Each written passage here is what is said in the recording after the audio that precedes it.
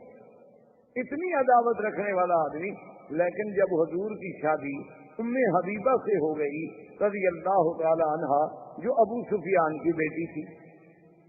وہ مسلمان ہو گئی تھی، اپنے شوہر کے ساتھ حبشہ چلی گئی، وہاں اس کے بعد جب بیوہ ہوئی اور اس کے بعد وہاں سے فارغ ہوئی تو پھر ان کا نکاح حضور سے ہوا، جو نجاشی بادشاہ نے کیا، حق المہر بھی نجاشی بادشاہ نے ادا کی۔ تو جب ام حبیبہ حضور کی بیوی بن گئی اور ابو سفیان کو پتہ چلا، اس نے کہا بات یہ ہے کہ ھذا فہل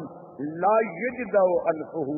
کہ اب محمد مدنی کی ناک کو نیچے نہیں کیا جا سکتا، اب ان کو اتنا بڑا شرف مل گیا ہے کہ ابو سفیان کی بیٹی اس کے گھر میں ہے، تو جب میری بیٹی کا وہ شوہر ہو اب اس کا ناک نیچے کون کر سکتا؟ اب تو اتنے بڑے سردار کی بیٹی اس کے گھر میں چلی ہے، یعنی اپنے شرف سے مر مٹنے والی قوم۔ اور پھر جناب آپ دیکھیں کہ عبد المطلب کے بھی اس بیٹے کے گھر میں حضور پیدا ہوتے ہیں جس کا نام عبداللہ ہو، یعنی آپ اندازہ فرمائیں۔ اسی لیے آپ دیکھیں نا جی کہ لفظ، حالانکہ اس زمانے میں تو عام نام ہوتے تھے، عبداللہ، عبدالعزیٰ، عبدالمناف، فلاں بتوں کے نام پر نام رکھے جاتے تھے، لیکن اس نام کا انتخاب بھی تو قدرت کی طرف سے ہو رہا تھا نا، کہ میرے مدنی کے نام کے ساتھ ان کے کسی نسب میں کوئی ایسا نام بھی نہ آئے نا جس میں شرک کی بو آتی ہو۔ اللہ تبارک و تعالیٰ کی حکمت۔ یہ سارے اہتمامات کے بعد اب دیکھیں کہ کیا آپ کی والدہ، پھر اس کا نسب جو ہے، کیونکہ حضور کا مولد کیا تھا مکہ، اور حضور کا مہجر کیا ہے، مقام ہجرت کیا ہے طیبہ اور مدینہ، تو بی بی صاحبہ بی بی آمنہ جو ہے ان کا گھر جو ہے مدینہ میں ہے۔ اچھا آگے جا کے نسب جو ہے وہ عبد مناف میں حضور سے مل جاتا ہے۔ حضور صلی اللہ علیہ وسلم کا نسب آپ دیکھیں گے، محمد ابن عبداللہ ابن عبد المطلب، ہاشم ابن عبد مناف، قصی ابن کلاب، یہ عبد مناف میں جا کے آمنہ بنت وہب، آگے عبد مناف، پھر جا کے حضور صلی اللہ علیہ وسلم نسب مل گیا۔ اچھا تیسری بات دیکھیں جو حضور پاک نے فرمائی اپنی سیرت میں، اور کتنی بڑی بات ہے، فرمایا ولدت من نکاح، آپ نے فرمایا کہ اللہ تبارک و تعالی نے میرا سلسلہ سیدنا اسماعیل سے لے کر میری اماں آمنہ تک، فرمایا اصلاب طاہرۃ فارہا من طاہرات، اللہ نے مجھے منتقل جو کیا ہے تو حضرت اسماعیل سے لے کر میری والدہ آمنہ تک کسی عورت نے گناہ نہیں کیا، یعنی اللہ نے کیسے محفوظ رکھا اس سلسلے کو کہ جہاں جہاں حضور صلی اللہ علیہ وسلم کا نسب جڑتا گیا، کفر تو آیا لیکن ان عورتوں میں گناہ نہیں، یعنی وہ کافرہ تو ہو سکتی ہیں لیکن ناپاک نہیں تھی، کیونکہ وہ سلسلہ نقل ہوتا چلا آ رہا ہے حضور صلی اللہ علیہ وآلہ وسلم کا، ایک باپ سے دوسرا، پھر تیسرا، پھر چوتھا، حتیٰ کہ بی بی آمنہ تک یہ سلسلہ چلا۔ اور اسی طرح بی بی آمنہ فرماتی ہیں سرکار دو عالم صلی اللہ علیہ وسلم کا جب حمل مبارک ٹھہرا، جب حضور صلی اللہ علیہ وسلم ابھی بطن والدہ میں تشریف لائے، تو فرماتی ہیں خدا کی قسم ہے کہ ایسا حمل تو مجھے پہلے کبھی دیکھنے کا بھی اتفاق نہیں ہوا کہ یہ پہلا حمل تھا جس میں مجھے تکلیف نہیں ہوتی، ورنہ حمل ایک ثقل ہے، ایک بوجھ ہے ماں کے لیے، لیکن فرماتی ہے لما حملت بمحمد صلی اللہ علیہ وسلم، جب میں حضور صلی اللہ علیہ وسلم میرے بطن میں آئے تو اتنے خفیف کہ مجھے کبھی محسوس ہی نہیں ہوا کہ میرے پیٹ میں کوئی بوجھ ہے۔ اور اس کے بعد بی بی صاحبہ فرماتی ہیں کہ میں نے ایک دن اسی حمل کی حالت میں خواب دیکھا، میں نے خواب دیکھا، اور خواب کیا دیکھتی ہوں کہ میرے بطن مبارک سے ایک نور نکلا ہے اور وہ پوری کائنات پہ چھا گیا ہے، روشنی اس کی جو تھی ساری زمین پہ پھیل گئی ہے، میں سوچتی رہی کہ اس خواب کا کیا تعبیر ہو سکتی ہے. تو اس زمانے میں جو کاہن تھا وہ لوگ کاہنوں کے پاس ہی جاتے تھے, انہی سے ان کے اعتقادات تھے. اس سے جب میں نے پوچھا تو اس نے کہا ان لابنک ھذا شان, جو تیرے پیٹ میں بچہ ہے نا, معلوم ہوتا ہے یہ کوئی بڑے شان والا بچہ ہے, اس کا دین جو ہے وہ پورے روئے زمین سے پھیلے. تو بیوی کہتی ہے میں سوچتی تھی کہ کیسے وہ دین ہوگا, کیا دین ہوگا, کیونکہ ان کے تصور میں نبوت اور رسالت کا تو کوئی تصور بھی نہیں. اچھا, اسی طرح اب آپ حیران ہوں گے کہ بھئی حضور صلی اللہ علیہ وسلم کے ولادت پہلے اچھا بیوی کہتی ہے کہ میں ایک دفعہ گزر رہی تھی, تو ندا آئی, آواز آئی, اور آواز یہ آئی میرے کانوں میں کہ ابشری ابشری یا آمنہ, اے بی بی آمنہ تمہیں مبارک. کہتی ہے میں رک گئی, مجھے آپ بھی کوئی نظر نہ آئے, مجھے کوئی سمجھ نہ آئے کہ اس مبارک کا کیا مطلب ہو سکتا ہے. بات آئی گئی ہو گئی. کہتی ہیں کہ پھر کئی دن کے بعد جب میں گزری, علیحدہ ان پہاڑی علاقوں میں سے جا رہی تھی, تو پھر آواز آئی کہ ابشری یا آمنہ, اے بی بی آمنہ تمہیں مبارک ہو, فإنک قد حملت بأحمد, کہ اب تیرے بدن میں جو بچہ پیدا ہونے والا ہے اس کا نام احمد ہے. تو کہتی ہے میں حیران ہو گئی کہ کیا بچہ ہے, ابھی نام نہیں, ہمارے تو تصور میں نہیں. حضرت حسان ابن ثابت جو شاعر ہیں میرے بدنی پاک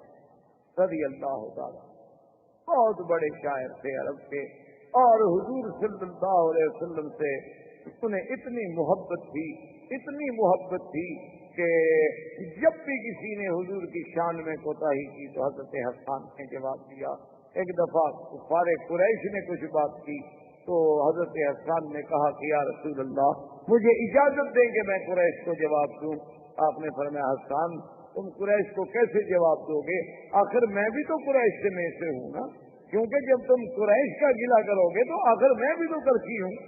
جب تم قریش کی تنقید کرو گے تو قریش میں تو میں بھی شامل ہوں. تو نے کہا حضور آپ نے دیکھا ہے کہ کوئی بال اگر کسی آٹے میں پڑ جائے تو عورت اس کو کیسے نکالتی ہے, اس پر کوئی آٹے کا نشان بھی نہیں رہتا. خدا کی قسم میں قریش میں سے آپ کو ایسے نکال لوں گا کہ آپ کی ذات پر تو کوئی میل نہیں آنے دوں گا.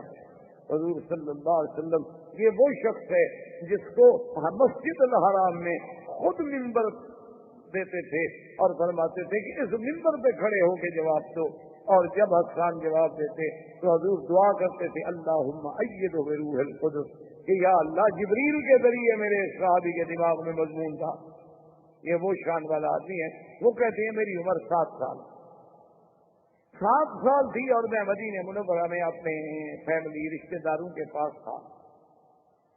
اور 7 سال کا بچہ کوئی ادھر سوچ ہی نہیں, کوئی تصور ہی نہیں. کہتے ہیں کہ وہاں کا جو سب سے بڑا کاہن تھا, میں نے ایک دن دیکھا, کیا دیکھتا ہوں کہ صبح وہ مدینہ منورہ کے یہود کے قلعے کے اوپر چڑھا ہوا ہے اور پکار کے اور زور سے کہہ رہا ہے کہ یا ایھا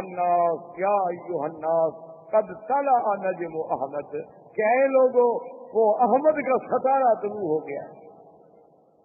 وہ ستارہ آ گیا اپنے برج میں.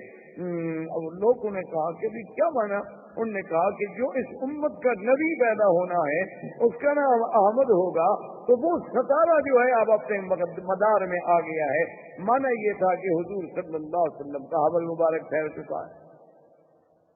تو اب یہود کا سردار اور ان کا کاہن وہاں یہ شور کر رہا.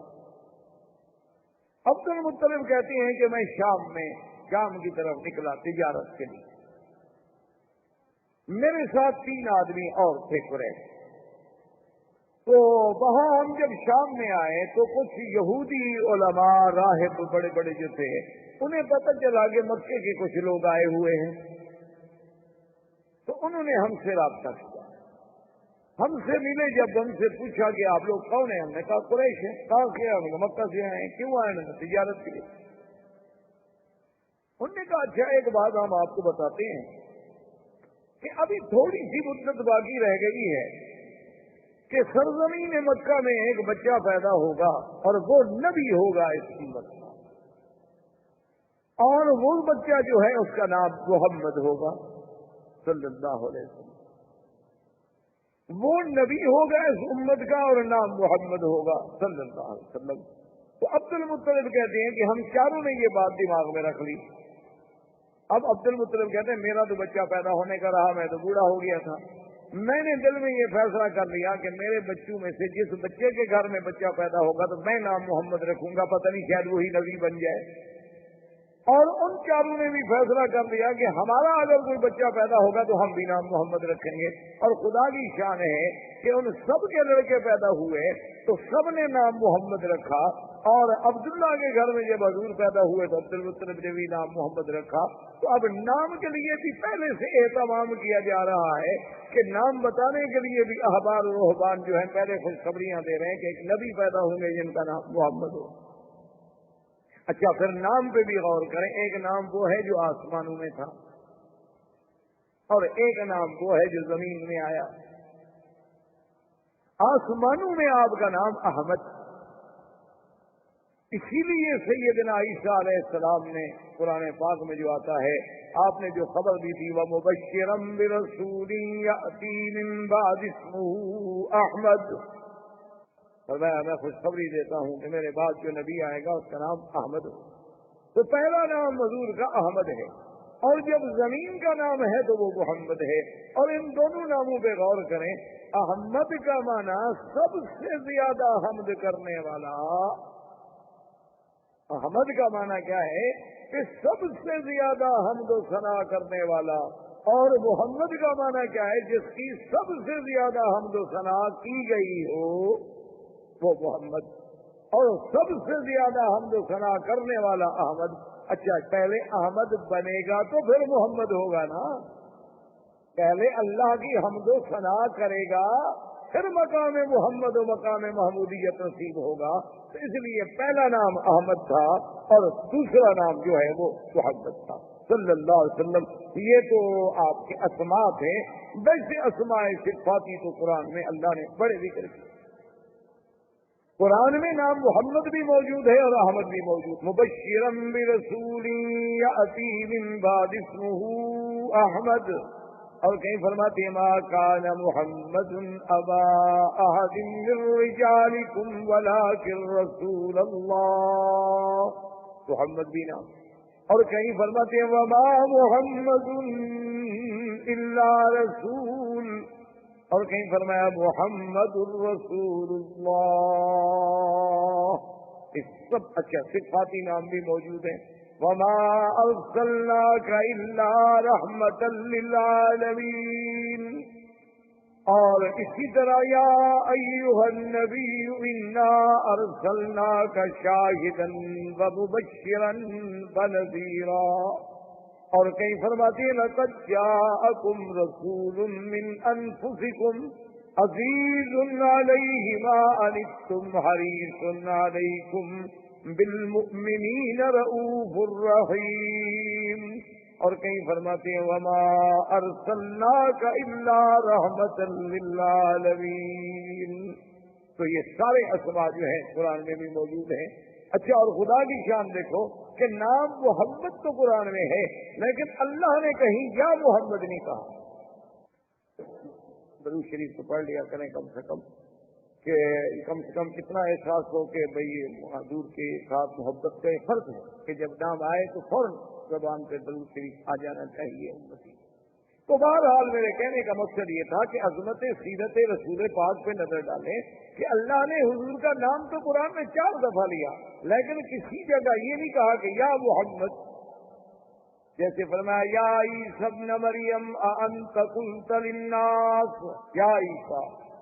یا زکریا انا نبشرک بغلام اسمہ یحییٰ، یا زکریا، یا یحییٰ خذ الکتاب بقوہ، یا آدم اسکن انت وزوجک الجنہ، سب یا آدم، یا زکریا، یا میرے مدنی کو نہیں فرمایا یا محمد، یہاں بھی فرمایا یا ایھا النبی، کہیں فرمایا یا ایھا المزمل، کہیں فرمایا یا ایھا المدثر، کہیں فرمایا یا ایھا الرسول بلغ ما انزل الیک من ربک، اور کہیں فرمایا والضحی واللیل اذا سجا، کہیں فرماتے ہیں طٰہٰ، کہیں فرماتے ہیں یاسین والقرآن الحکیم انک لمن المرسلین۔ مانا کیا تھا کہ ہر نبی کو نام سے پکارا گیا، میرے مدنی کو اللہ نے لقب سے، یعنی یہ عظمت جو ہے یہ بھی صرف سیرت مصطفیٰ کے سے۔ ہاں کہیں نام لینا ضروری تھا، اللہ نے نام لے لیا، لیکن جب اللہ نے مخاطب کیا تو لقب کہ اے کپڑے میں لپٹ گیا۔ حضور صلی اللہ علیہ وسلم کو خطاب کیا گیا، تو جب بھی خطاب ہوا تو خطاب لقب سے کیا گیا تاکہ عظمت محمد مصطفیٰ صلی اللہ علیہ وسلم جو ہے وہ آشکار۔ اور اسی طرح جناب آپ دیکھیں کہ بی بی صاحبہ بی بی آمنہ کہتی ہیں کہ جب حضور صلی اللہ علیہ وسلم، اور خدا کی شان ہے، اسی لیے میں نے عرض کیا تھا نا کہ ذرا غور کریں کہ ولادت کے لیے اللہ نے مکان منتخب کیا تو کون سا، یعنی جہاں آپ کا مولد ہے وہ مقام کون سا ہے کہ جس کی اللہ قرآن میں قسمیں کھا رہے ہیں کہ لا اقسم بہذا البلد، اور وہ مقام ہے کہ اول بیت وضع للناس للذی ببکۃ مبارکا، سب سے پہلا گھر۔ اچھا پھر دیکھیں جوڑ دیکھیں، گھر سب سے اول، نبی سب سے آخر، یعنی اول بیت اور آخرہ نبی، یعنی خدا کی شان۔ اچھا پھر یہ ہے کہ کعبہ بھی مرکز اور ہدی للعالمین، اور میرا مدنی بھی رحمت للعالمین۔ اور اسی طرح جیسے کعبے کا وجود بقائے عالم کا سبب ہے کہ جب تک کعبہ ہے دنیا قائم ہے،